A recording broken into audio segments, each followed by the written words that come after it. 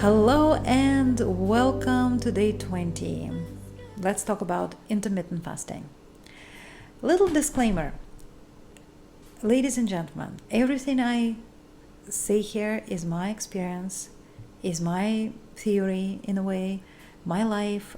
Please exercise caution. Please check with your doctors. Please do your own research. Don't take everything for its face value.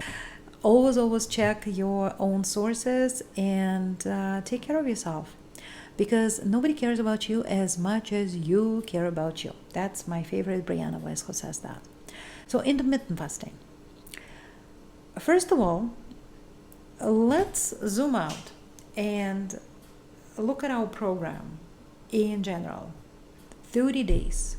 We are on the day 20th and we're just approaching slowly but surely the topic of food. All this time we were talking about everything else but food.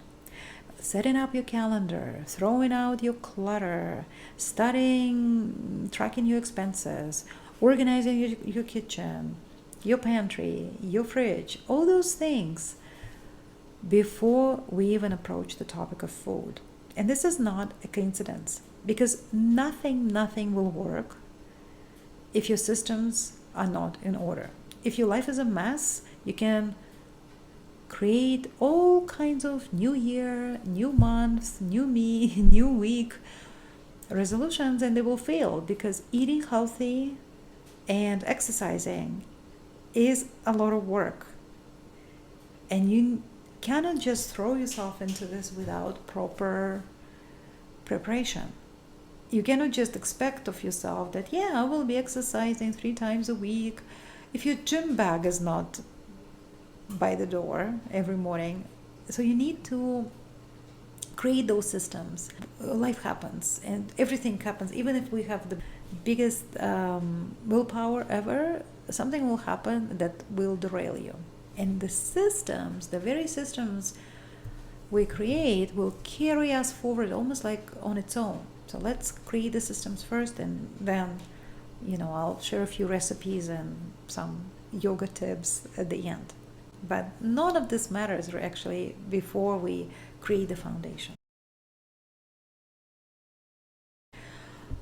I'm not going to talk here about how ketones are created, how they consume bad cells. I find it quite fascinating.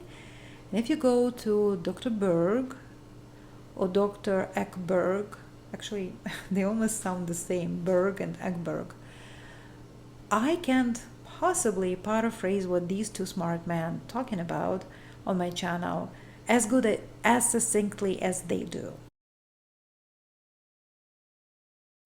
Hopefully you have your own doctor. And hopefully by now, if you followed all my 19 steps, you would be meeting all your doctors, and you would have done all the medical tests, and you know what your blood is all about, and you know what your body is doing. And let me share a very personal story here, because I think it can help somebody, and if it will make my day. All my life, from maybe mid-teens, I had very heavy periods. Not only my periods were lasting for 7 days, and they were heavy all 7 days, I actually had only 21 days in between. And no doctor really was concerned about it. It just was taken as fact of life. My mother had the same issue, my grandmother had the same issue. I believe most of my female relatives had the same issues. And the question on any intake form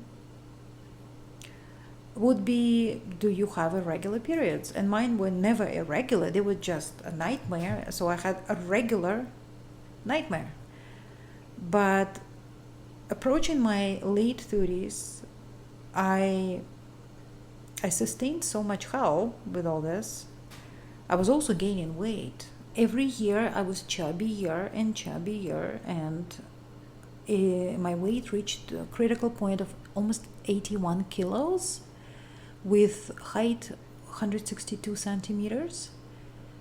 And if you look it up, it's not just overweight, it's obese. I crossed that line of being obese, and I thought, me, obese? I'm a dancer.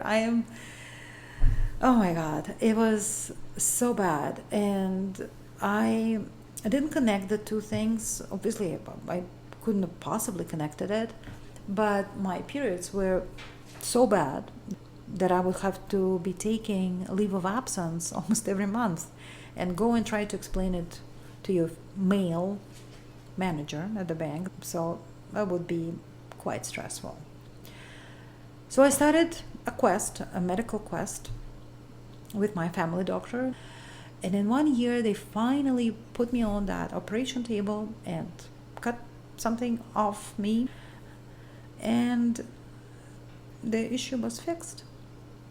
So what I noticed after that is that in 3 months, in 6 months, I slimmed down organically without doing much. It was happening organically. That's the whole point of my story. I started eating less. I guess I wasn't hungry because I wasn't losing as much blood every month. And with blood, I would be losing minerals and vitamins and iron and So I wasn't as hungry, and as a result, I wasn't eating at night. I wasn't craving certain foods, and I could exercise more. For a very banal reason, it's much easier to swim and play tennis in a white gear and dance without embarrassing yourself in front of everybody when you're not bleeding. And those two things, eating less, exercising, were leading to better things that I got later, and I wanted to exercise more, and I started looking better, and I started feeling better, and my whole life changed. So before you dive deep into anything, any diet, any big lifestyle changes, check your vitals. Check what's going on with your body. The second interesting thing I'd like to share with you is ancestral eating. The first time I heard this concept, I outright dismissed it. I thought it was ridiculous. And I was a bit annoyed. I thought, are you implying I would have to eat buckwheat porridge and beets as dessert? Like, no freaking way. I will give up my bread and wine and cheese and pizzas, and that seemed impossible, and I thought it was ridiculous. But then I came across an interesting data that the best longevity, the longest people live, were found in Japan and France. And I thought, that's interesting. Like, what would they have possibly in common? Apparently what they have in common is that majority of people in both countries eat very much like their ancestors did. And I can't blame them, because I love sushi and I would love most of French cuisine as well. But unfortunately, I gain weight when I eat any of this. And I started noticing more and more and more and more. You know, when you believe into something, you start noticing different cues, different clues, and you connect the dots. I was lucky to spend at least seven vacations in South France, and I love the region. But I would never understand how French women stay this thin. I would look at them in the restaurants, and I would look at a typical French, petite, gorgeous, Lolita-looking woman. She would eat an appetizer, and then main course, and then dessert, and wine. And after this, she would be smoking, and I could only wish I could get away with all that. And they weren't young women. They were in their 30s and their 40s, same age as me at that time. And then suddenly it dawned on me that, oh, their ancestors used to eat like this. They probably have this fast metabolism that processes everything because the food is always there. And if you think, South France is that region that they have fish and seafood and cheese and lots of vegetables and amazing fruit. They have everything. They don't have to worry about another year with no crop like in Russia. And this is where I'm getting to my point. I love history. My favorite books are Civilization by Neil Ferguson, Jared Diamond, Guns, Germs, Guns and Steel, I guess. Carol Quigley and some Russian writers, Milov in particular, who writes about Russian agriculture. And this is where it all came to place. Oh my God, I thought, Tanya, you are coming from the region of Russia with a very unpredictable crop history. And this is where it all came together. When I analyzed, I wasn't looking for this very answer, but my question actually was why Russian civilization was always lagging behind Western civilization. We have so many talented people, we have resources, we have all this land, and I was looking for the answer to this historical question by reading all these books. And the answer I found was geography, climate, it's cold, it's unfriendly, and soil quality. And this is the book I read by Milov, a very boring book, by the way. I would not recommend to read it. It's very technical. But I learned about soil in northwest Russia that it's a little bit fucked up. You may have a strip of fertile soil and then next to it a strip of sand soil with very unpredictable, if any, crop at all. And that explained why Russian peasantry was existing almost to the very beginning of the 20th century in communes. That communal living implied that actually families were rotating from one strip to another strip to kind of average out the performance of the agriculture so that one family would not always be on a good piece of land and another family would starve. So they would be changing not just lands but also houses, which in many ways explains Russian mentality. And Russian mentality that we believe in magic, we believe in some miracle that can happen, that somebody will come and rescue us and do everything for us. Like this Ivan the Fool is lying on the stove. Is it stove or furnace? How would you say pechka? And some miracle happens, the stove starts floating around the village, doing everything Ivan wishes, and everything ends well. So the amount of labor Russian peasant would invest in land will never commensurate with the output. Soil is freaking unpredictable. You can work your butt off and get nothing, and your neighbor is just luckier and will get a good crop. Wow, it was so interesting to see the roots of Russian folklore, Russian epos.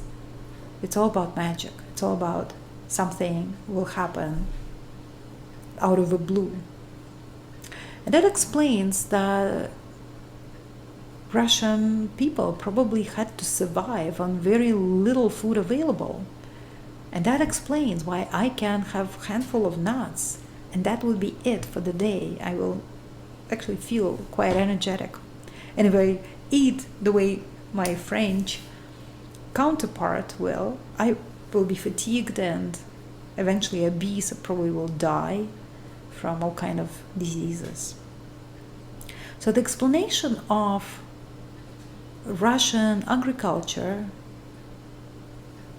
it's lagging behind European agriculture and the communal existence of peasants and geographical location of major Russian cities and civilization development of Russia actually led me to understand my history, my legacy, my ancestors, they couldn't afford to eat a whole loaf of bread from Whole Foods because there is no guarantee this bread will be there tomorrow. So my body didn't arrive to this earth out of nowhere. It came from cross-pollination of so many genes. I don't know if it's the right word, but crisscrossing of so many genes that survived because they ate little. So my understanding of history and traditions, Russian geography, led me to believe that, yeah, what one woman can eat, and she can tell all she wants on her YouTube channel, what she eats all day. That's fabulous. It's great we can share our thoughts and beliefs and experiences. That's what YouTube is for. But if I eat porridge or I eat croissant for breakfast, I will explode, because my grandmother wasn't made to last eating like this. My great grandmother was born in 1918, and that was probably the worst time to be born, because Russia was at the onset of civil war after the October Revolution, and it was famine after famine after famine. And her luck was she had my mother in 1941 in Leningrad. They survived because she left Leningrad for summer vacation and went to the village, her ancestral place, to show my mother to I guess my great grandmother, and that's how they survived. And my grandmother lived to age 92 in sound mind, quite healthy. She just died of natural causes, that her body started to collapse. But up to age 92, she was a go. She ate very simple food, she went through famines, and she was a survivor. And my mother was in a relative okay health until she came to Canada. In her late 50s, early 60s, she started accumulating all these health problems out of nowhere. And food here is so available, and nothing specifically says don't eat me. Actually, everything says eat me, and amount of sugar is so disguised, you are not even thinking that you're eating something with sugar, but you do. And the tragedy of my family is that my mom kind of rolled into this civilization so fast, so unprepared, that it actually killed her. And when my grandmother died at age 92, and yeah, the last year she was collapsing, so my sister says, that was close to her at the moment. But she was totally independent. No nursing homes, no medication, no Western medicine, no whatsoever. And my mother started losing it in her mid-70s.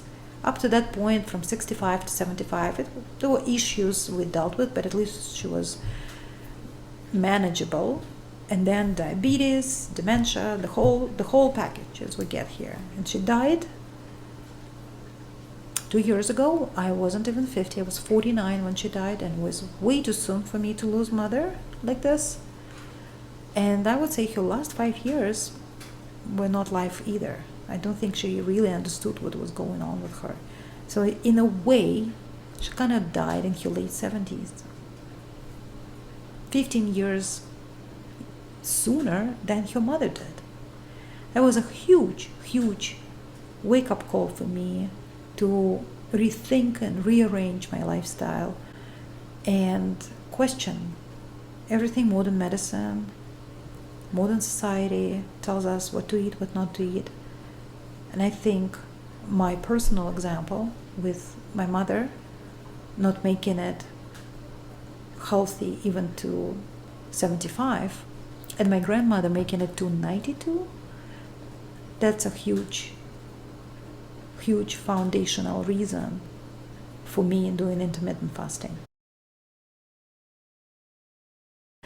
And now let me share some lifestyle changes that I find quite remarkable.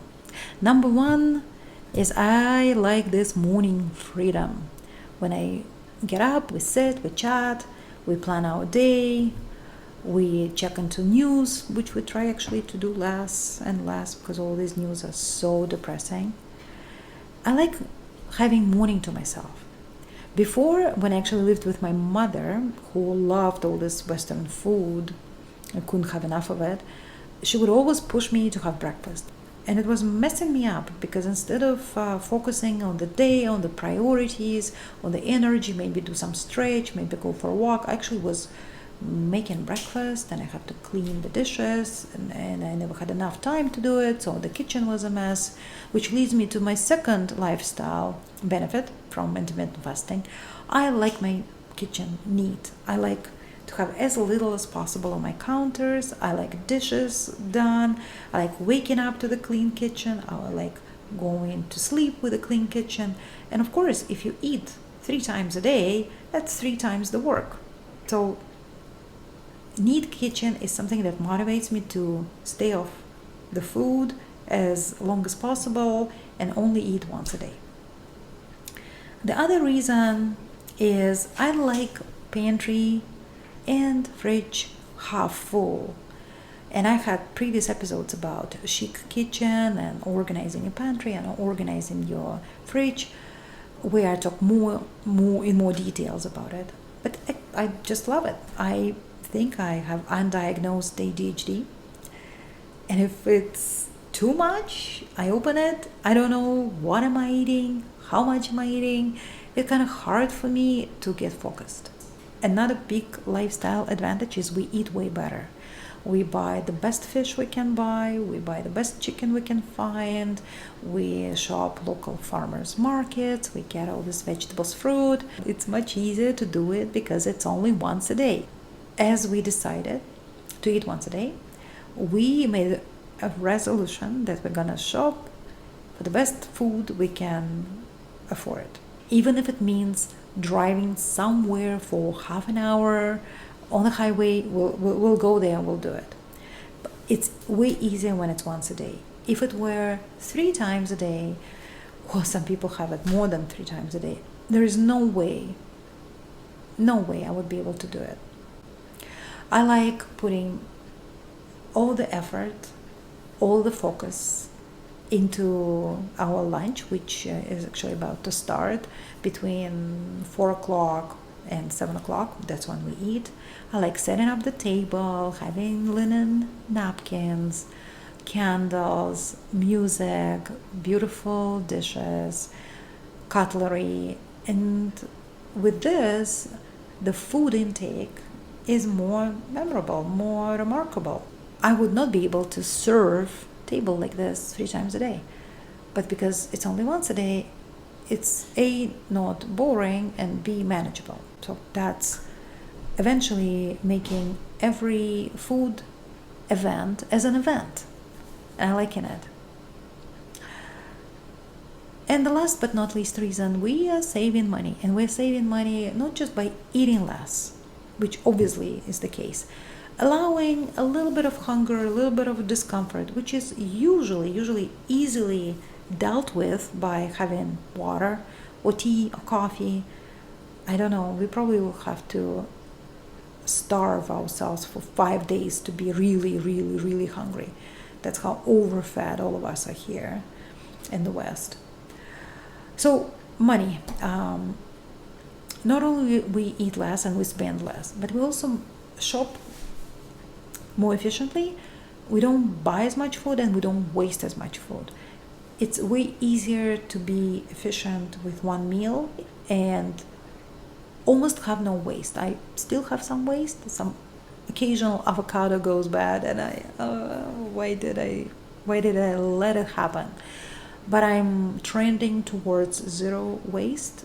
It's not just financial reason, it's also spiritual reason. As somebody who was born in Leningrad, wasting food is the biggest sin ever. So I hate when I have to throw food away. So it makes me much happier not to do it. My goal is to get to 1,000 a month, and if Steven does batch cooking, he's very good at it, then we can drop it even further to maybe $900 a month. So that was it on intermittent fasting. I originally planned to make this video as pros and cons, but I honestly couldn't find any cons. It was so easy for me to jump on that train of eating less and eating less frequently. I enjoy it. There is way more in life than eating, and I'm happy that we embrace that very lifestyle that allows us for more things in our life than just cleaning the dishes and cleaning and cooking. That was it, and thank you for staying with me. Bye for now.